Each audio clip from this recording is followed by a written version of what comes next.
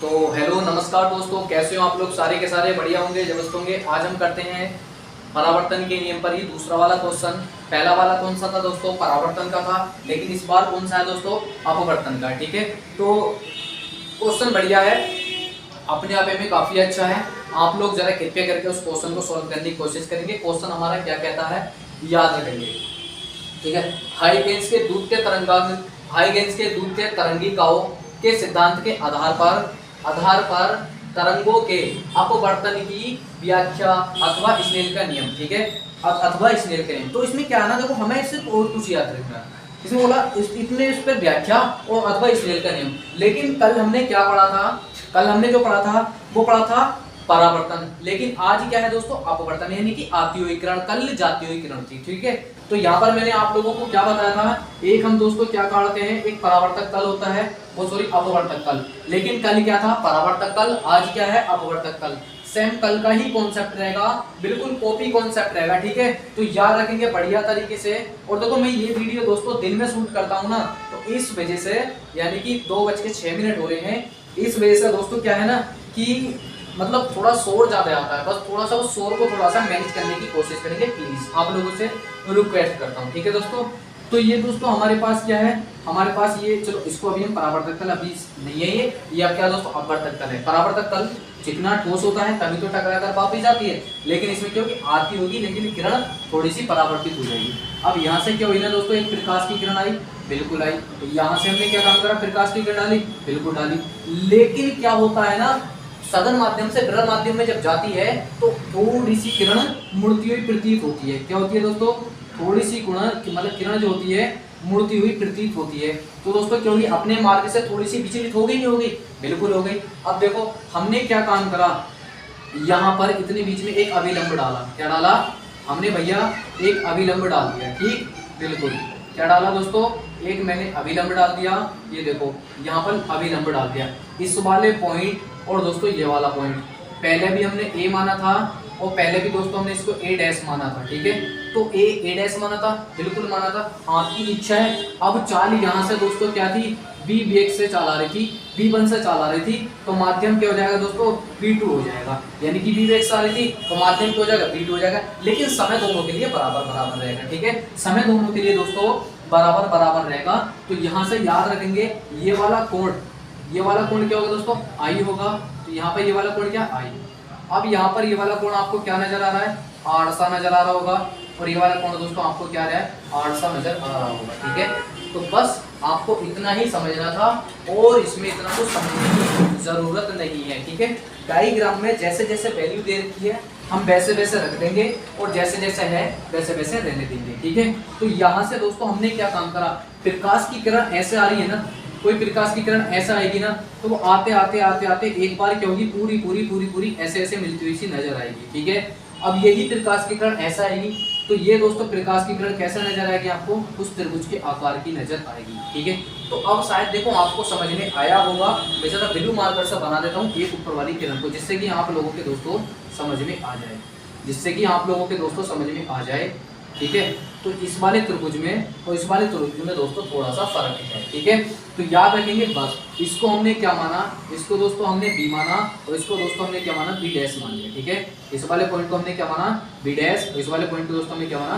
B माना। ठीक है, बी डैश और बी दोस्तों हमने मान लिया है। ये वाला ए हो गया, ये वाला ए डैश हो गया। तो ऐसे ही हम दोस्तों इनकी परिभाषा लिखेंगे जैसे कि हमने पहले लिखी थी। ये क्या दोस्तों?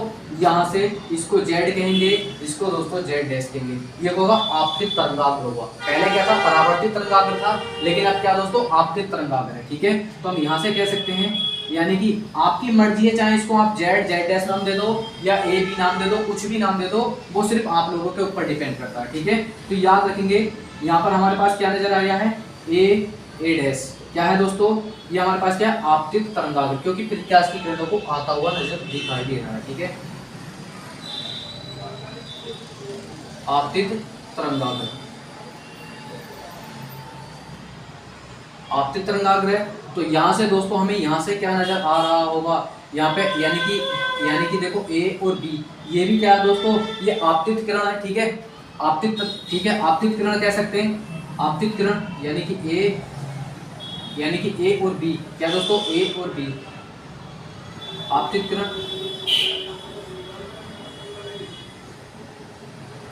आपतित किरण, आपतित किरण ए और बी, और जी ए डैश बी डैश, ए डैश बी डैश। अपवर्तित किरण, अपवर्तित किरण, आपतित किरण थी, थोड़ी सी मुड़ गई, अपवर्तित किरण हो गई। अब यहां से हमारे पास क्या नजर आ रहा होगा, आई और आर दोस्तों हमेशा क्या होंगे, दोनों कोण होंगे। ये तो आपतन कोण हो जाएगा, आई क्या हो जाएगा, आपतन कोण हो जाएगा, आपतन कोण हो गया है, आपतन कोण। और जी आर जो हो गया है आपके पास क्या हो गया, अपवर्तन कोण हो गया है, अपवर्तन कोण क्या हो गया दोस्तों, अपवर्तन कोण हो गया है। B1 की होगी, याद रखेंगे B1 की होगी दोस्तों चाल होगी, ठीक है। यानी कि आप देखो B1 लिखेंगे, B1 दोस्तों क्या थी हमारे पास, यानी कि आपतन, ठीक है, आपतन तरंगाग्र था ना, उसमें दोस्तों क्या हमारे पास चाल है, ठीक है, ठीक है, याद रखेंगे आपतित तरंगाग्र की चाल, ऐसे लिख लेंगे आपतन मतलब आपतन तरंगाग्र या आपतित तरंगाग्र की चाल, ठीक है, आपतित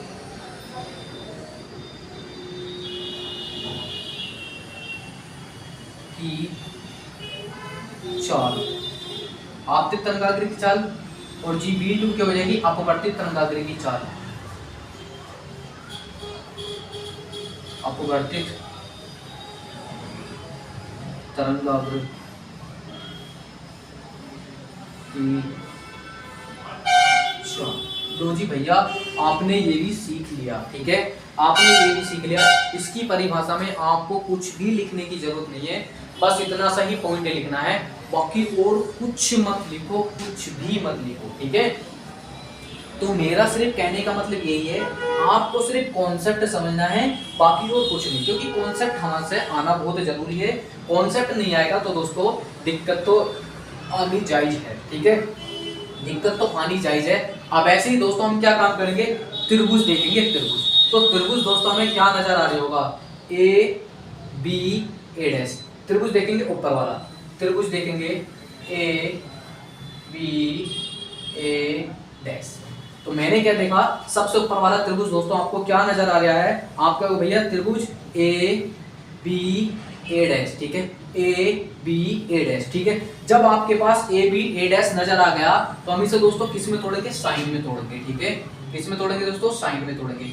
लेकिन साइन को भी हम किस में तोड़ते हैं, लंब बटे कण में टूटता है। किस में टूटता है दोस्तों, लंब बटे कण में टूटता है, ठीक है। तो अब आपका भैया साइन किस में टूटता है, लंब बटे कण में, लंब बटे कण में टूटेगा तो दोस्तों लंब बटे कण होगा क्या, ठीक है, साइन का मतलब क्या होता है, लंब बटे कण होता है। मैं बिल्कुल कहूंगा दोस्तों क्या होता है, लंब, याद रखेंगे लंब बटे कण। लो जी भैया ये भी हो गया, लंब बटे कण भी हो गया। अब लंब बटे कण पहले वाले में देखेंगे कि हमारे पास लंब बटे कण क्या रहा है। याद रखना जब भी लंब बटे कण रखते हैं, अगर एक भुजा समान है तो दूसरी भुजा समान होती है, तो एक भुजा का मान निकालने के लिए दूसरी भुजा का मान निकालते हैं ना, तो ठीक है, कोई सी भी एक भुजा उठा लो, वही वाला नियम लगा दो जो हम मैथ में लगाते हुए आए हैं, ठीक है। तो यहाँ से हमारे पास क्या नजर आएगा, अब मैं यहाँ से दोस्तों क्या कह सकता हूँ, ठीक है, ऐसे मान लो साइन आई, आई के लिए निकाल लेना, तो साइन आई के लिए निकाल लें ऊपर वाला कोण। तो मैंने क्या काम करा दोस्तों, साइन आई बराबर, यहाँ से हमारे पास क्या नजर आया, लंब बटे कण। तो लंब बटे कण के लिए दोस्तों हम क्या रखेंगे, याद रखेंगे ए डैश, यानी कि ए डैश बी, क्या रखेंगे दोस्तों, ए डैश बी, क्या रखा दोस्तों मैंने, ए डैश बी रखा, ये वाला मान रखा, ठीक है, क्या रखा मैंने दोस्तों, ए डैश बी रखा। अब हमने क्या काम करा दोस्तों, ए डैश बी रख लिया, तो नीचे वाली भुजा आपके पास ये वाली भुजा ए डैश सा नजर आ रही होगा, आप कहोगे हाँ भैया लो जी, लंब एरिया कण एरिया, थीटा के सामने वाली भुजा हमेशा लंब होती है, इस बात को याद रखेंगे। और लंब कण तो आपको पता ही है, ठीक है। अब देखो यहाँ पे क्या होगा, ए डैश हो जाएगा, क्या हो जाएगा दोस्तों, ए डैश हो जाएगा। बिल्कुल हो गया, नहीं हुआ, अब जल्दी बताइए फटाफट। अब हमने त्रिभुज कौन सा निकाल लिया, ऊपर वाला त्रिभुज दोस्तों हमने निकाल लिया। अब हम निकालेंगे नीचे वाला त्रिभुज, त्रिभुज कौन सा, ए डैश बी डैश। तो निकालेंगे दोस्तों त्रिभुज ए डैश बी डैश। लो जी हमने त्रिभुज निकाल लिया। तो ये किस में टूटेगा, साइन आर में टूटेगा। किस में टूटेगा दोस्तों, साइन आर में टूटेगा। और साइन आर भी दोस्तों किस में टूटता है, लंब बटे कर्ण। लो जी, ये भी लंब बटे कर्ण। आप इसको उल्टा भी कर लोगे तो भी कोई दिक्कत नहीं, फर्क तो कुछ नहीं पड़ेगा, वैल्यू वही रहेगी हर बार निकल करके, ठीक है। अब देखो हमने क्या काम करा, अब देख लेंगे जल्दी फटाफट। इसके लिए भी भुजा सेम आ रही है, तो दोस्तों इसके लिए भी तो भुजा बिल्कुल सेम है, क्योंकि इसके सामने वाली भुजा रखेंगे तो ए, यहाँ पे क्या ए बी डैश, यानी कि ए बी डैश। तो आपको क्या नजर आएगा दोस्तों, ए बी डैश नजर आएगा। हमने ये वाली भुजा निकाली थी तो इसकी टक्कर के ये वाली भुजा निकालेंगे। तो यहाँ पे क्या रखेंगे दोस्तों, हम यहाँ पर रखेंगे, हम देखो क्या रखेंगे, साइन आर बराबर यहाँ पर क्या ए बी डैश। तो यहाँ पर क्या रखा दोस्तों, हमने ए बी डैश रख दिया। लेकिन इसके लिए भी दोस्तों क्या होगा, ए डैश बी डैश। इसके लिए भी सेम दोनों कॉन्सेप्ट होंगे, ए डैश बी डैश, यानी कि ए डैश ए डैश। तो इसको हम कह सकते हैं दोस्तों, क्या कहेंगे, समीकरण नंबर 1 2 मान लो। और जी इसको भी समीकरण नंबर दोस्तों आपको कितना मानना है, ऊपर वाला समीकरण नंबर दोस्तों इसको आप 1 मान लो, ठीक है। वो आप लोगों के ऊपर डिपेंड करता है, बाकी कोई दिक्कत वाली बात नहीं है, आसानी से हम सोल्व कर लेंगे। बहुत आसान सा क्वेश्चन है, कुछ भी ज़्यादा हार्ड नहीं है।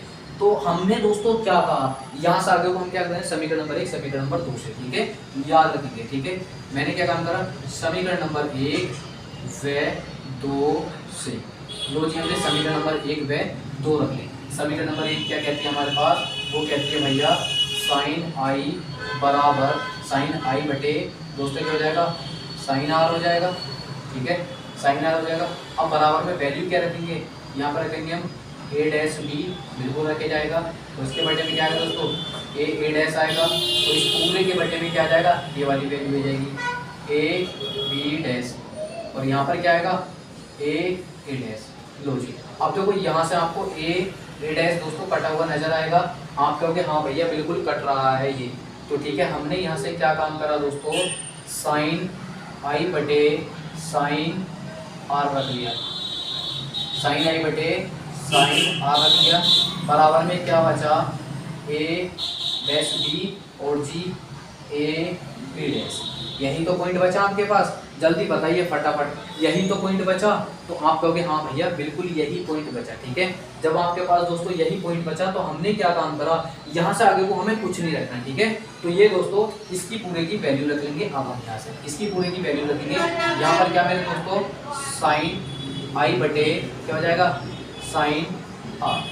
तो मैं पहले माध्यम में प्रकाश की चाल क्या होगी दोस्तों, V1 होगी। दूसरे माध्यम में क्या होगी प्रकाश की चाल दोस्तों, V2 होगी। तो मैं यहाँ से क्या काम करूँगा, याद रखना, मैं यहाँ से क्या काम करूँगा, पहले माध्यम में प्रकाश की चाल V1, समय क्या लगेगा दोस्तों, T लगेगा।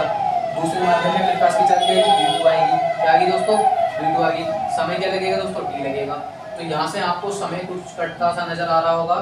तो आप लोग दोस्तों पता है क्या कहेंगे, आप लोग कहेंगे भैया हाँ, यहाँ से हम क्या कह सकते हैं, साइन आई बटे साइन आर बराबर V1 बटे V2। क्या दोस्तों, बराबर V1 बटे V2। जब आपने दोस्तों ये देख लिया पहले माध्यम में प्रकाश की चाल, ठीक है। तो आपको शायद दोस्तों आशा करता हूँ कुछ समझ में आया होगा। और हाँ, आपने एक चीज और देखी होगी, क्या देखी होगी मैं आपसे अभी बता देता हूँ। स्नेल का नियम हमारा क्या होता है, स्नेल का नियम हमारा यही तो होता है, n बराबर साइन आई बटे क्या होता है दोस्तों, साइन आर होता है। तो इस पूरे के बराबर क्या होता है, ये वाली वैल्यू होती है, और इसके बराबर ये वाली वैल्यू होती है, आपस में एक दूसरे की चलती है वैल्यू। तो हम क्या कह सकते हैं यहाँ से, n बराबर क्या होगा दोस्तों, V1 बटे V2, यानी कि पहले माध्यम में प्रकाश की चाल का अपवर्तन तथा दूसरे माध्यम में प्रकाश की चाल का अपवर्तन। अब जल्दी से जल्दी दोस्तों कमेंट करके जल्दी से बताने की कोशिश करेंगे प्लीज, क्या आप लोगों के क्वेश्चन समझ में आया या नहीं आया। आशा करता हूं दोस्तों आपके समझ में आ गया होगा। मैं फिर से जरा दोस्तों आपको समझाने की कोशिश करता हूं, ठीक है। तो प्लीज कृपया करके, ठीक। अब देखो एक बार मैं फिर से समझाता हूं। ये दोस्तों हमारे पास क्या हाइगेंस की द्वितीय तरंगाग्र के सिद्धांत के आधार पर क्या है, तरंगाग्र अपवर्तन की व्याख्या है स्नेल के नियम द्वारा, ठीक है। तो हमने क्या काम करा दोस्तों, यहाँ से क्या काम करा, हमने अपवर्तक तल लगा दिया, जेड डैश लगा दिया, बिल्कुल। यहाँ से दोस्तों यानी कि आपतित किरण आएगी और नीचे दोस्तों हल्की सी परावर्तित हो जाएगी, अब ठीक है, अपवर्तित हो जाएगी, परावर्तित नहीं अपवर्तित। यहाँ से B1 से चाल आई थी, B2 में पहुंच गई। यहाँ से दोस्तों चाल आते आते एक समय ऐसा आ गया होगा, बिल्कुल आएगा। और दोस्तों धीरे धीरे मुड़ते एक समय ऐसा भी आ गया होगा, बिल्कुल आया होगा। हमने दोस्तों यहाँ पर लंब लगा दिया, तो यहाँ पर जो पॉइंट है ए डैश और बी डैश, तो इस वाली भुजा के बराबर दोस्तों हमने ये वाली भुजा रखी है। और ये दोनों भुजा दोस्तों आपस में समान है। आप चाहे ये वाली भुजा बराबर ये वाली भुजा रखेंगे तो भी आपका आंसर बिल्कुल सेम ही आएगा। ठीक है, फिर मैंने इसकी परिभाषा लिख दी। जेड जेड डैश क्या है दोस्तों, अपवर्तित तरंगाग्र है। ठीक है, ए भी क्या है दोस्तों, आपतित किरण है। और ये क्या है दोस्तों, अपवर्तित किरण है। आई क्या है दोस्तों, ये आई है, यू मत समझना। आई क्या है दोस्तों आपके पास, आपतन कोण है। आर क्या है दोस्तों आपके पास, अपवर्तन कोण है। बी1 क्या है दोस्तों, आपतित तरंगाग्र की चाल है। और बी2 क्या है दोस्तों, अपवर्तित तरंगाग्र की चाल है। यहाँ से मैंने क्या काम किया, त्रिभुज ए डैश, ठीक है, त्रिभुज ए बी ए डैश। तो त्रिभुज देखेंगे ए बी ए डैश, ऊपर वाला त्रिभुज निकाला तो साइन आई बराबर लंब होता है, लंब बटे कर्ण होता है। तो मैंने दोनों की वैल्यू रखी तो हमारे पास समीकरण नंबर 1 बन गई। ऐसे नीचे वाले त्रिभुज में देखेंगे त्रिभुज ए, यहाँ से देखेंगे त्रिभुज ए बी ए डैश। ठीक है, तो कहने का मतलब यहाँ से हमारे पास क्या आएगा, ए डैश बी, ए डैश बी। तो ये भी दोस्तों साइन आई बटे लंब होगा। तो दोनों मैंने क्या काम करा, समीकरण नंबर 1 समीकरण नंबर 1 समीकरण नंबर 2 दोनों वैल्यू मैंने यहाँ रख दी, जिससे जो वैल्यू घटी वो मैंने काट दी। तो फिर बाकी दोस्तों वैल्यू मैंने ऐसी की ऐसी रहने दी।